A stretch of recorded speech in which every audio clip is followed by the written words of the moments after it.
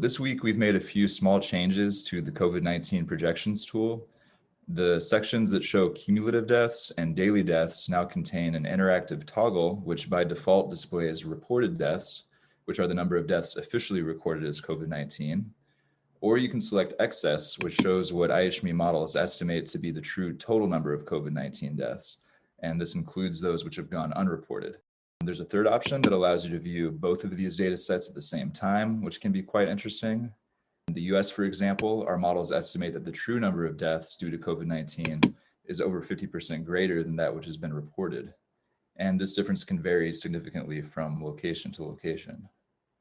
If you'd like to learn more about the methods involved in producing these estimates, you can click on the special analysis link in the introduction or on the external link icons next to each of the section titles.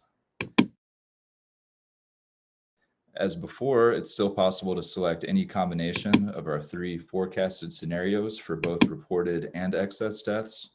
And the chart settings button in the top right corner of the graph provides additional ways to customize the data being displayed.